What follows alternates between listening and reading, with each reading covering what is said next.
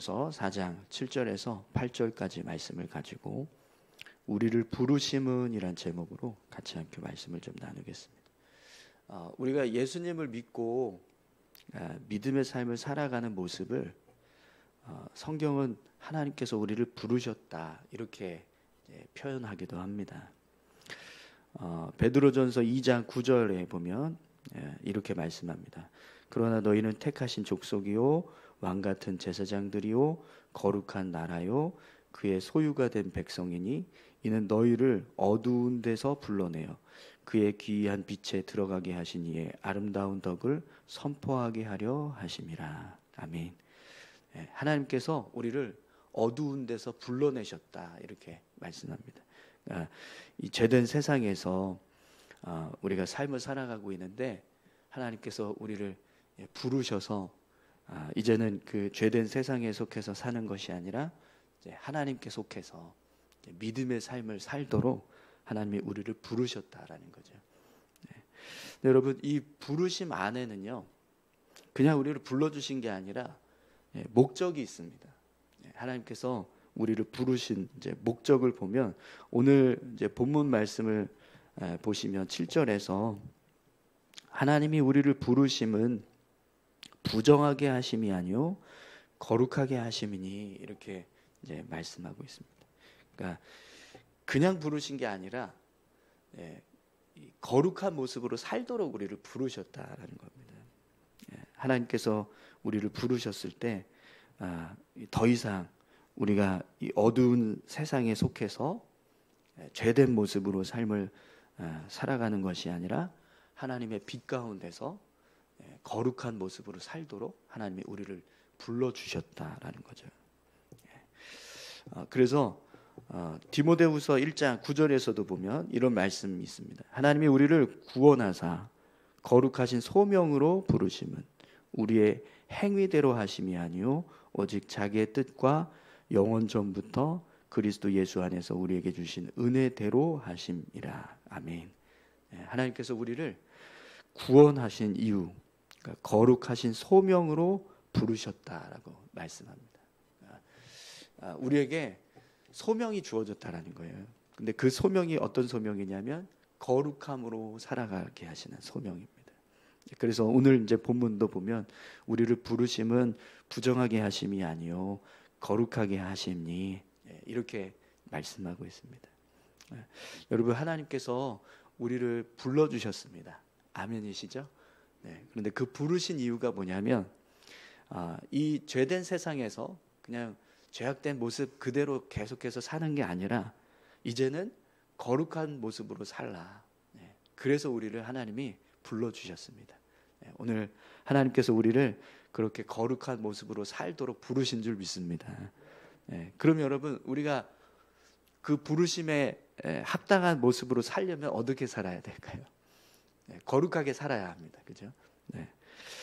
오늘 이제 본문 앞부분과 뒷부분에 보면 이제 바울이 어떻게 살아야 되는지에 대한 여러 가지 이야기를 하거든요. 3절에서 6절까지 말씀 먼저 한번 보시죠.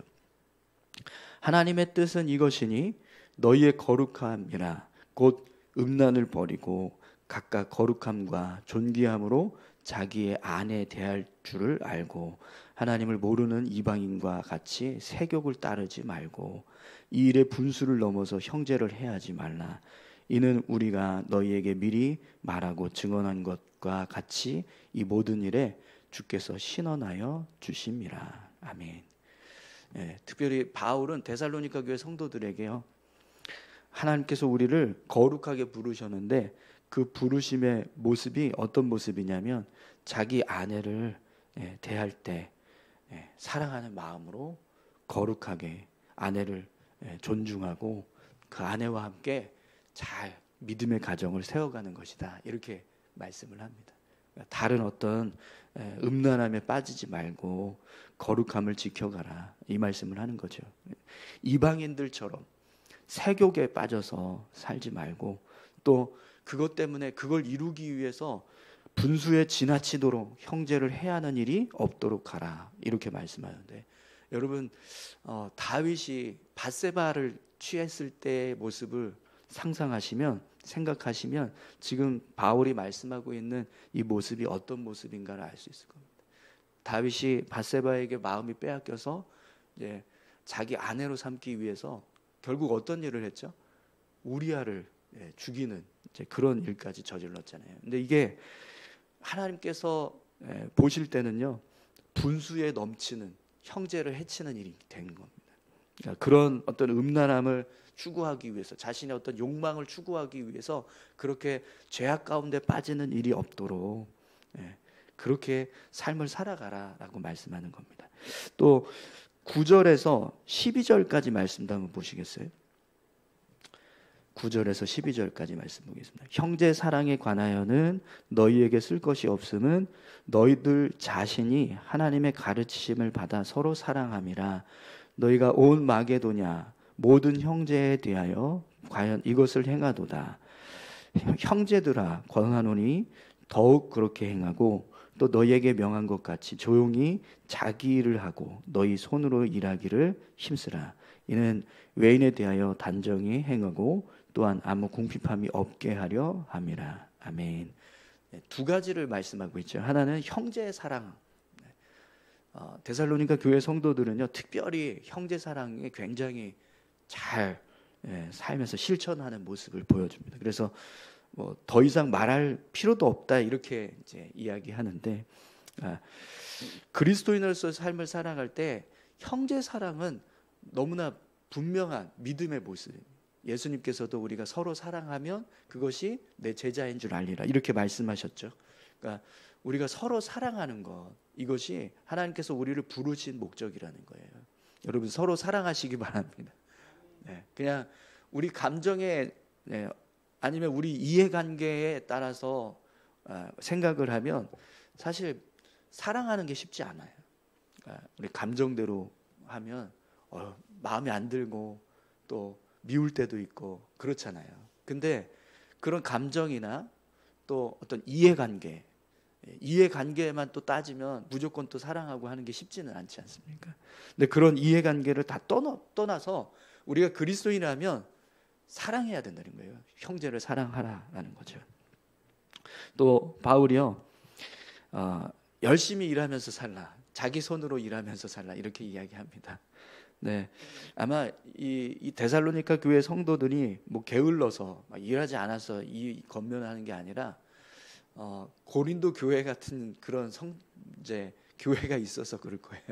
고린도 교회 성도들 중에는 일하지 않고 교회에 빌붙어서 교회가 막 도와주는 대로 그 도움만 받으면서 살아가는 성도들이 있었어요. 그래서 막 심지어 성찬식 하는데 성찬식을 통해서 배를 불리는 그런 성도들이 있어요. 배가 고프니까 교회 와서 성찬식 하면서 성찬 떡을 막 먹는 거예요. 그래서 막 배를 불리는 그런 사람도 있었습니다. 근데 데살로니가 교회 성도들에게 바울이 자기 일을 하고 너희 손으로 일하기를 힘쓰라 이렇게 이야기합니다. 그러니까 우리 그리스도인들은요, 그러니까 삶을 살아갈 때 열심히 성실하게 일하는 모습으로 삶을 살아야 한다는 겁니다. 게으르고 나태하게 사는 것이 아니라 하나님 앞에서 성실함으로 삶을 이루어가라 이렇게 권면하고 있습니다. 그러니까 이 모습이 하나님께서 우리를 부르신 거룩한 자의 모습, 하나님께서 우리를 부르신 목적이라는 거예요. 이 모습대로 삶을 살아가라 이렇게 말씀하는 거죠. 그럼 여러분, 오늘 이제 바울은 세 가지를 이야기했습니다. 음란하지 말고, 음란에 빠지지 말고, 아내를 사랑하고, 또 형제를 사랑하라, 그리고 성실하게 일하면서 살라. 이렇게 세 가지를 말씀했는데, 그럼 여러분 우리가 어떻게 살아야 될까요? 이렇게 살아야 합니다. 아멘이시죠? 이 말씀처럼 우리가 삶을 살아갈 때 그 모습이 하나님께서 우리를 불러주신 그 부르심에 합당한 믿음의 모습이 되는 겁니다. 우리가 이렇게 살아야 되는데 이렇게 살지 않으면 어떻게 될까요? 제가 군대에 갔을 때, 이제 군대 가면 가장 먼저 받는 훈련이 제식 훈련이거든요. 앞으로 가, 뒤로 가, 뭐 왼쪽으로 가, 오른쪽으로 가, 뒤로 돌아가, 막 이런 이제 제식 훈련을 받는데, 근데 그렇게 제식 훈련을 가장 먼저 받는 이유가 이제 군인은 명령에 복종하면서 이제 살아야 되기 때문에 그 명령에 복종하는 훈련을 이렇게 제식 훈련으로 하거든요. 그래서 가장 먼저 제식 훈련을 받아요. 그리고 나서 받는 게 이제 말 바꾸는 겁니다. 예. 했어요? 그랬어요? 아니요. 예. 뭐 이렇게 요자로 이제 끝나는 말을 했습니다. 아닙니다. 그렇습니다. 이렇게 씁니다로 끝나는 말로 바꿔야 돼요. 그래서 이제 근데 이게 말이 금방 바뀌나요? 20년 막 한 20 몇 년을 이제 살던 사람들이 군대 가서 이제 말을 바꾸려고 하니까 어느 순간 나도 모르게 했는데요. 이렇게 이제 나와 버리는 거예요. 그러면 그걸 듣는 조교가 바로 그 자리에서 요가 뭡니까? 요가 그러면서 막 얼차려주고 막 하거든요. 이제 그래서 이제 훈련소 이제 훈련 다 끝나고 나서 이제 자대 배치 받으러 갈 때쯤 되면 말이 바뀌어요. 했습니다. 안 했습니다. 네, 그렇습니다. 아닙니다. 이렇게 씁니다로 바뀌어 버립니다.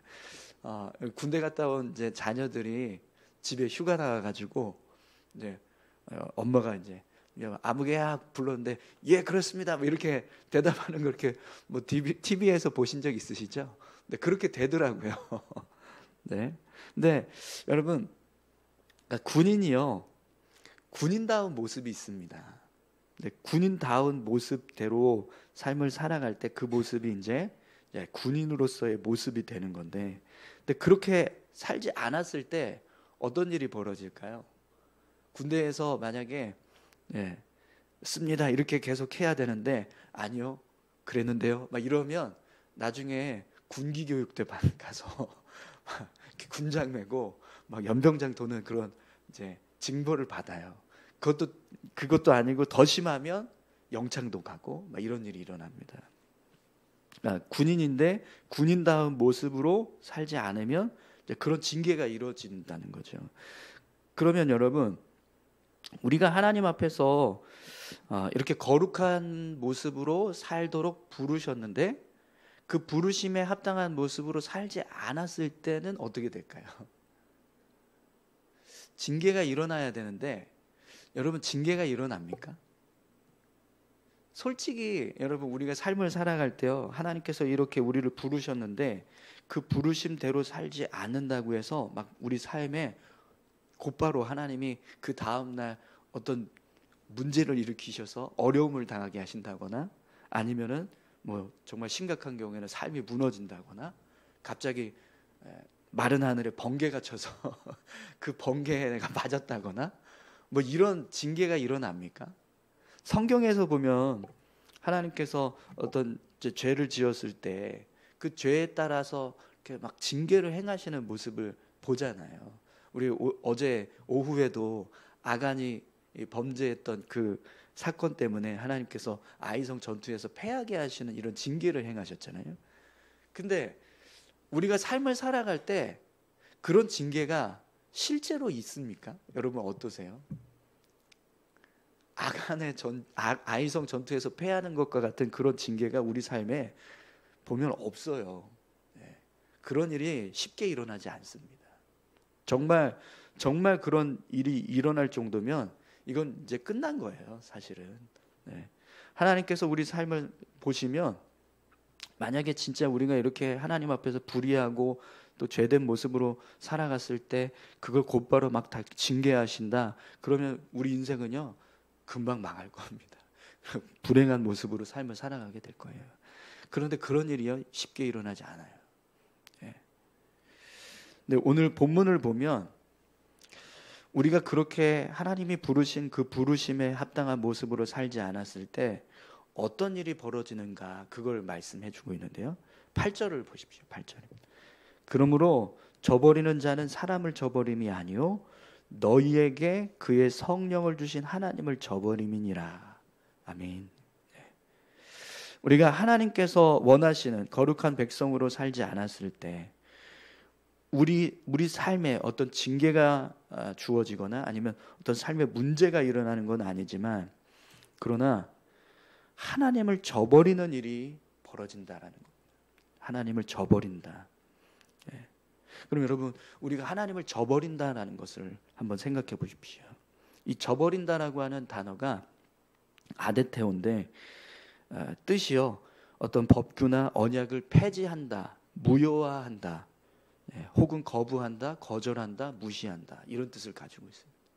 그러면 하나님을 저버린다라는 건 결국 우리가 하나님 앞에서 이렇게 부르심에 합당한 모습으로 살지 않고 그냥 죄된 모습으로 살았을 때 그 결과가 어떤 모습이 된다는 거예요. 하나님과의 관계가 폐지되거나 무효화된다, 혹은 거부하거나 거절한다, 무시한다, 이렇게 돼버린다는 거예요. 바울이 그러므로 저버리는 자는 사람을 저버림이 아니요 너희에게 그의 성령을 주신 하나님을 저버림이니라, 이렇게 말씀하는데, 왜 이런 이야기를 했냐면 지금 데살로니가 교회 성도들에게 음란하게 살지 말고 거룩하게 사십시오, 또 형제를 사랑하십시오, 성실하게 일하십시오, 이렇게 권면하는 사람은 누구예요? 바울이잖아요. 그죠? 바울이 이 권면을 하고 있잖아요. 그러니까 만약에 이 권면대로 살지 않았을 때 그 모습은 그 권면을 하고 있는 바울을 저버리는 거라고 생각할 수 있잖아요. 근데 그게 아니라는 거예요. 나를 저버리는 게 아니라 나를 통해서 이 말씀을 선포하게 하신 그 하나님을 저버리는 일이다, 이렇게 말씀하고 있는 거죠.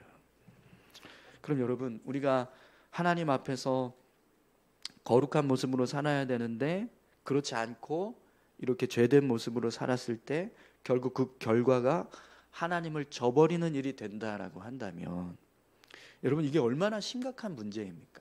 하나님과의 관계가 무효화되고 하나님과의 관계가 깨진다, 우리가 하나님을 거부하고 거절하고 무시한다, 이 모습은 우리 삶에 어떤 징계가 이루어지거나 아니면 어떤 문제가 생기는 것보다 더 심각한 문제인 거예요. 그렇지 않습니까? 차라리 하나님이 내가 뭔가 잘못했을 때 내 뒤통수를 탁 때리셔가지고 앞으로 꼬꾸라고 넘어지면서 아이고 하나님이 징계하시나 보다, 이러면 차라리 나을 거예요. 근데 그런 일은 쉽게 일어나지 않는데, 내가 하나님 앞에서 그렇게 하나님과의 어떤 이 말씀들을 제대로 지키지 않고 삶을 살았을 때의 모습이 점점 하나님과의 관계가 폐지되어지는 모습, 무효화되는 모습이 되고, 내가 하나님을 무시하고 거절하고 거부하는 모습으로 삶을 살아가게 된다라고 해보십시오. 이거 정말 심각한 문제인 거예요. 근데 이걸 우리가 삶에 뭐 큰 문제가 안 생겼으니까, 어려움이 없으니까 괜찮겠지, 괜찮네, 이러면서 그냥 그렇게 삶을 살아간다면 결국 결론은 어떻게 되는 거예요? 이제 어제 우리가 오전에도 말씀 나눴지만 가인의 계보와 아담의 계보처럼 구분이 되는 것. 하나님 앞에서 구원에 참여하는 자와 그리고 심판에 포함되는 자의 모습으로 바뀌어진다는 겁니다.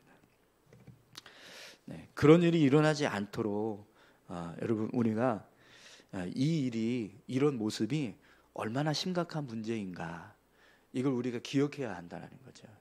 사도 바울이 이 말씀을 하는 이유는 너희들 두려워하고 이런 일 벌어지지 않도록 해라, 이렇게 경고하는 말씀이기도 하지만, 그러나 이게 얼마나 심각한 문제인지 우리가 깨닫고 그런 일이 되지 않도록 하나님께서 우리를 불러주신 그 믿음에 합당한 모습으로 살아라, 이걸 우리에게 권면해 주고 있는 겁니다.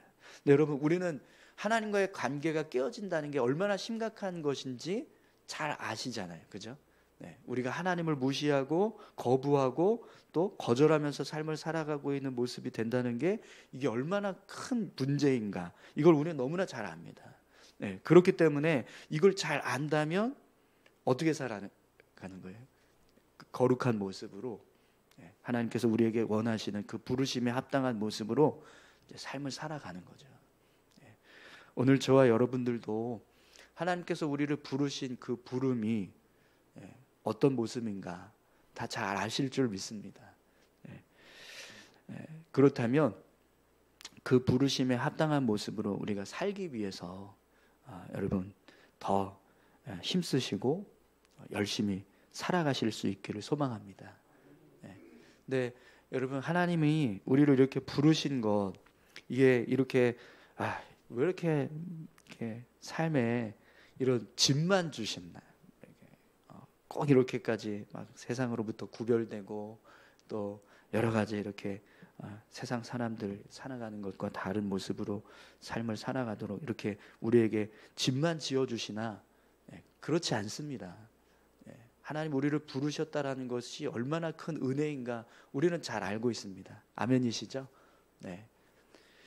그 은혜를 잘 간직하면서 살라는 겁니다. 우리가 그 은혜를 그냥 소홀하게 생각하지 말고 정말 잘 간직해서 하나님이 우리를 불러주신 그 거룩한 그 삶을 온전히 살아가는 것, 그것이 결국에는 우리가 하나님 앞에 서는 믿음의 모습이 되는 거죠. 오늘 저와 여러분들을 부르신 그 목적대로 믿음의 삶을 잘 사셔서 하나님이 우리에게 허락하신 구원의 은혜, 또 우리 삶에 끊임없이 말씀을 따라서 삶을 살아갈 때 부어주시는 복, 그 복을 누리면서 삶을 살아가실 수 있기를 소망합니다. 우리 같이 함께 기도하실까요?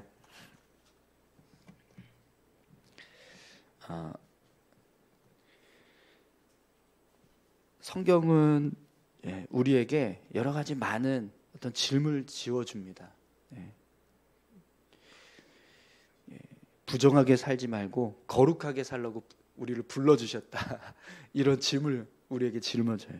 근데 이게 짐이지만 그러나 절대로 무거운 짐은 아닙니다. 이 짐을 온전히 질 수 있도록 하나님께서 우리를 위해서 희생하신 그 희생을 생각해 보십시오. 하나님의 하나밖에 없는 아들이신 예수님을 죽게 하심으로 그 생명값을 대속해서 우리를 이런 거룩한 하나님의 부르심에 참여하는 자로 세워주셨습니다. 그 은혜만 생각해도 우리는 이 부르심에 합당한 모습으로 삶을 살아야 될 줄로 믿습니다. 그런데 하나님은 우리가 이런 이 거룩하심을 따라서 삶을 살아갈 때 우리 삶을 책임져 주시고 우리 삶 가운데 은혜 베풀어 주시겠다라고 약속하신 수많은 약속의 말씀도 주셨습니다. 그런 말씀들을 기억한다면 우리가 오늘 삶을 살아갈 때 하나님께서 부르신 이 부름에 합당한 모습으로 온전히 힘쓰며 살아가야 될 줄로 믿습니다. 함께 기도하실 때 하나님, 오늘 우리에게 거룩함으로 부르신 이 하나님의 이 부르심에 우리가 온전히 믿음의 삶을 살아갈 수 있게 해달라고, 응하는 삶을 살아갈 수 있게 해달라고, 이것이 얼마나 우리에게 중요한 문제인가 오늘 사도 바울이 하나님을 저버리는 것이다 이런 말씀을 했는데, 그런 하나님을 저버리는 일이 없도록 우리가 잘 믿음의 삶을 살아가는 자가 되게 해달라고 같이 함께 다 같이 기도하시겠습니다. 하나님 아버지 감사합니다. 하나님 우리 삶을 하나님 주장하여 주시고 함께 해주시옵소서. 우리가